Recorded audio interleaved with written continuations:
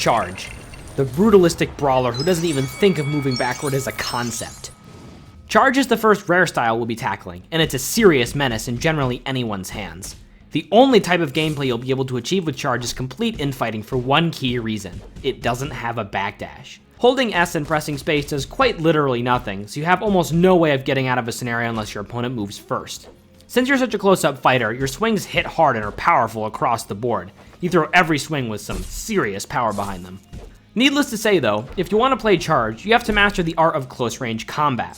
While outboxers are better at whiff punishing and countering, Charge is not and has pretty poor range on its swings and has a one-sided heavy, which further entices you to never let opponents escape. Your block damage is above average and can seriously wound opponents, and styles with poorer block health like Hawk or Freedom will genuinely dread the style's appearance. Charge's own block is quite meaty, which gives you the leeway you need to stay right in their face. On top of all of this, Charge will be the first style I'll be covering that has an ability, a unique activatable gimmick that it can use besides just its swings. This ability is called the Stampede, and it's a really useful tool if you can figure out how to discuss it. Because of how important it is in Charge's kit, I'll mainly be discussing how it works and the best opportunities to use it. When you activate Stampede by pressing your ability button, your character will tuck their head low and dash forward like a bull, giving it its name. If your head connects with an opponent that isn't blocking, you'll ram into them and unleash a flurry of small punches into their abdomen. These punches consume little stamina and only stop when you stop attacking or you run out of stamina. After you stop swinging like this, you'll pick your head back up and your ability will go on cooldown. The cooldown is regenerated by throwing punches. You don't actually have to land them, mind you, you just have to throw a punch to start getting it back. While in your Stampede attack, your punches have a special gimmick. Each landed punch, whether on their block or not, will drag down their stamina as well as yours. Once your Stampede ends, the opponent's stamina will not regenerate until several seconds have passed or if they purposely stamina break themselves. This small period here is where it can get really tricky, as what you do next essentially decides whether or not the Stampede actually even did anything. After much experimentation, I think the best option after your Stampede finishes is to feint.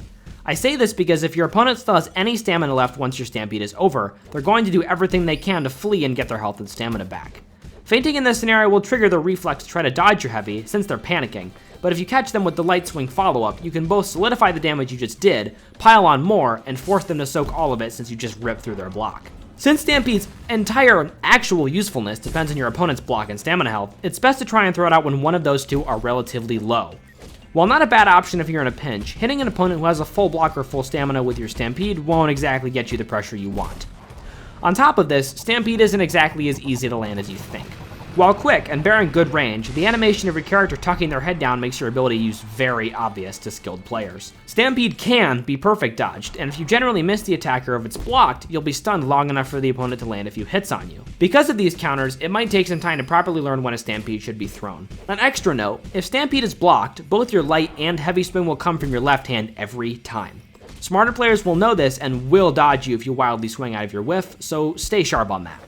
From a general standpoint, Stampede is a great tool to catch an opponent's missed swing, and it can also be used out of a perfect dodge if you think it'll give you an edge. Stampede has good range from a distance considering you charge forward, no pun intended, so it can be perfect for attacking off-guard opponents. While you can't backdash, you can still back up, so try to give yourself a little bit of distance if you can before using it. If you can't, Stampede can still be used at very close range, but you run a much higher risk of being countered or just dodged that way. Stampede has some startup, so faster swinging opponents might be able to knock you out of it if you're at that choke point distance. Since your initial ramming into your opponent takes a chunk out of their stamina right off the bat, hitting them at close range while their stamina is already low will give you that edge, like I talked about. If their stamina hits 0 while you're stampeding, switch to throwing heavy swings ASAP. They have literally no way to escape it besides holding block. Charge's comeback potential is insane if you can place a Stampede at the right time, as you can render an opponent utterly defenseless if you land it right. Place it poorly though, and you kind of just won't do anything, which can get admittedly really annoying. Like I said before though, your basic punches are strong and very well rounded, so your brawler type attacks can still wear people down just through the natural course of gameplay. You don't have an issue with dash cooldown, so double dashing is possible if you manage to spot a feint in time.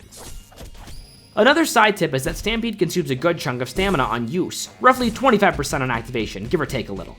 That's equivalent to several swings, so be sure to only use it when your stamina is pretty high or else you won't get use out of it. Generally, just make sure your stamina is high and theirs is not before firing your attack. Also, don't stop punching with your Stampede if it lands until you're sure you want to stop. As soon as you stop hitting them, you'll revert to normal, as there was a time where you could stall your Stampede punches to get the Stampede cooldown back. Those were, dark times. Anyway, don't get too mad at yourself if you can't immediately figure out how to land Stampede consistently. It's a lot harder than it looks if you want to play Charge on a competitive scale.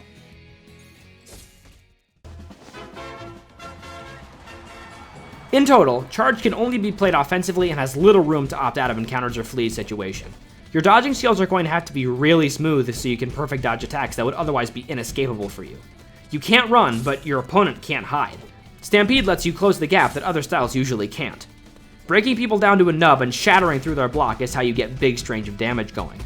That's what Charge is really known best for. You have the edge against it until you just randomly don't.